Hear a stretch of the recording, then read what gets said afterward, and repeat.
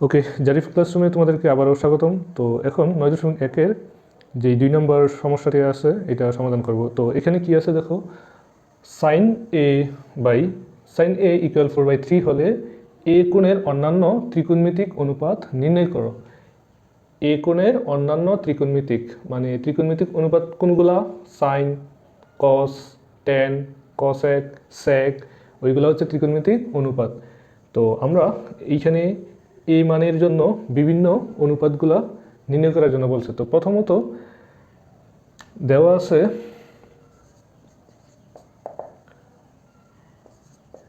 Sign এ 4/3। এই মানগুলো কার কার দেওয়া আছে? আমরা যদি সমকোণী ত্রিভুজটা এঁকে নিই, ত্রিকোণমিতি মানে সমকোণী ত্রিভুজের বিভিন্ন কোণ, সাইনের সূত্রটা আমরা কি জানি? সাইন সমান সমান কি? সাইন এ সমান সমান লম্ব বাই অতিভুজ। তোমরা যদি আমার প্রথম ভিডিওটা দেখে থাকো তাহলে মনে থাকার কথা যে সাইন এ বা সাইন থিটা সমান সমান লম্ব বাই অতিভুজ, তার মানে 3 হচ্ছে এখানে লম্ব। তো আমি যদি থিটা কোণ মনে করি এইটা, তাহলে লম্ব কোণটা হবে? লম্ব এইটা। তাহলে লম্বর মান কত? এইটা লম্ব। তো লম্বর মান হচ্ছে 3। নিচে 4 আর নিচে এটা কি? অতিভুজ, তার মানে 4 হচ্ছে অতিভুজ। অতিভুজ কোনটা? অতিভুজ এইটা সমকোণের বিপরীতে। এইটা হচ্ছে সমকোণ, সমকোণের বিপরীতে যেই বাহু এটা হচ্ছে অতিভুজ। তাহলে অতিভুজ কত? অতিভুজ 4। তাহলে অজানা কোনটা? ভূমি। ভূমি আমরা জানি না। এখন এই ভূমির মানটা বের করে নেব। ভূমির মানটা বের করার জন্য আমরা পিথাগোরাসের সূত্রটা ব্যবহার করব। পিথাগোরাসের উপপাদ্য মতে,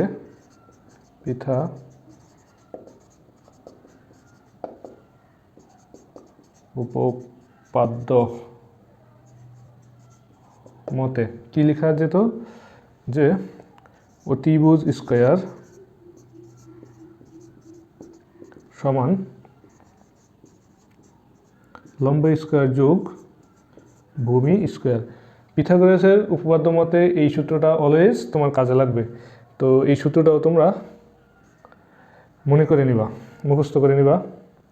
তো আমার এখানে নাই কি? ভূমি।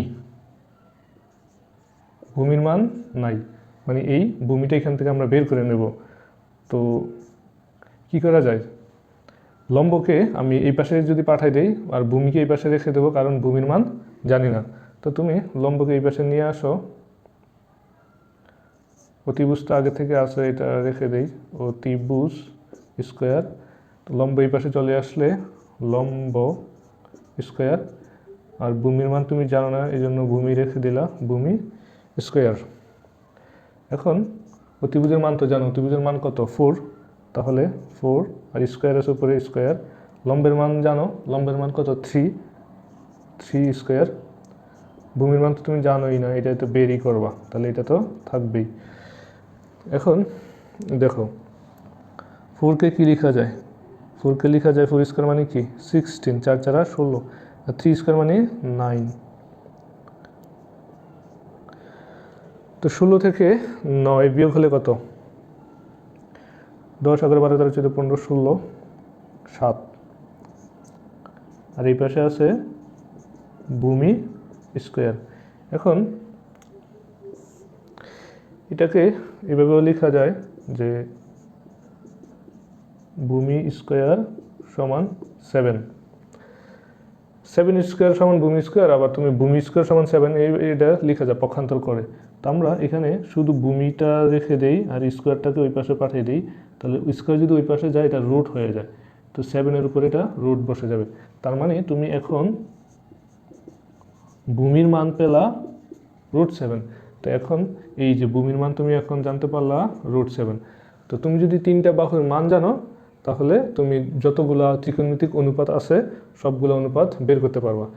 তো এখন তুমি মনে করো কি বের করতে চাও? সাইনের সাথে তুমি আগে কোসেকেরটা বের করে নিতে পারো। কোসেক সমান সমান কি?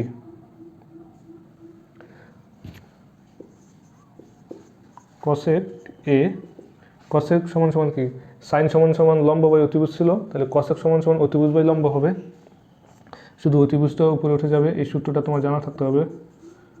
অতিভুজ বাই লম্ব। তো অতিভুজের মান তো দেওয়াই আছে 4, আর লম্বর মান হচ্ছে 3, এটাই। এখন আর কি জানতে চাও?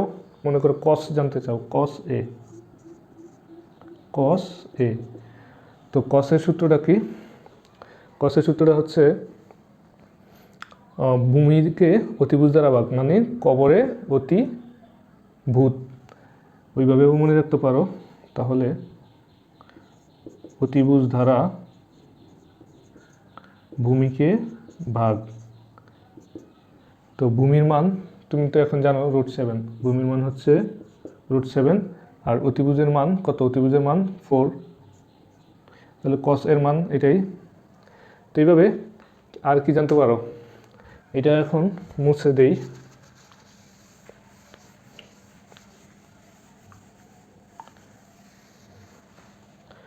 এখান থেকে তুমি জানতে পারো কস এ থেকে আবার জানতে পারো সেক এ। সেক এ মানে কি? সেক এ মানে কসের উল্টা, তাহলে এটা চলে, অতিভুজ চলে যাবে উপরে, অতিভুজ, আর নিচে থাকবে ভূমি। তাহলে অতিভুজের মান কত? অতিভুজের মান 4, তাহলে উপরে 4, আর ভূমি কত? √7, তাহলে কসের মান হচ্ছে 4/√7। আর কি জানতে পারো? টেন ও ত্রিকোণমিতিক অনুপাত জানতাম। তো টেনকে আমরা কিভাবে লিখছি? লম্ব বাই ভূমি দিয়ে, লম্ব বাই ভূমি। তো লম্বের মান কত? লম্বের মান 3, ভূমির মান কত? ভূমির মান তো তুমি এটা বের করে নিছিলা, √7, তাহলে টেনের মান এটা।